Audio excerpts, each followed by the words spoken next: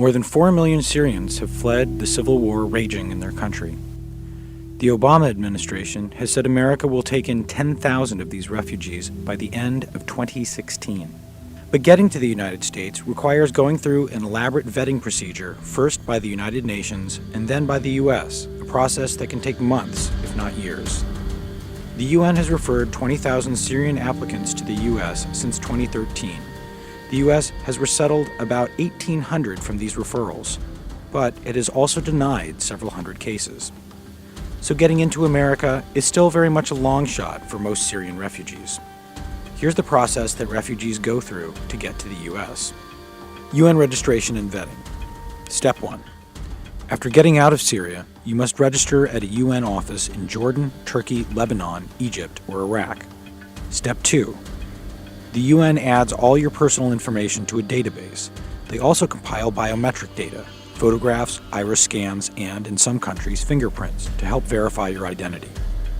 Step 3. The UN would give you priority if you were part of a female-headed household, you had a special medical need, or had been tortured or detained. Step 4 involves a one-on-one meeting with a resettlement agent to vet your background. This assessment is crucial. It determines whether you will qualify for resettlement. If you have a connection to a terrorist group or the Syrian government, or practice polygamy, which is outlawed in the United States, you will not be allowed to settle. Step 5. The UN determines where to try to resettle you based on a potential host country's capacity. Having a family member in the United States increases your chances of being placed here. Step 6. If the UN thinks you're a good fit for the U.S., it will send all of your biographical data to U.S. officials. 9 out of 10 Syrian refugees who come to America come through this UN process. Now you start the U.S. vetting process. Your case is then received by U.S. resettlement offices overseas. The U.S. says it has absolutely zero requirements in terms of education or language abilities.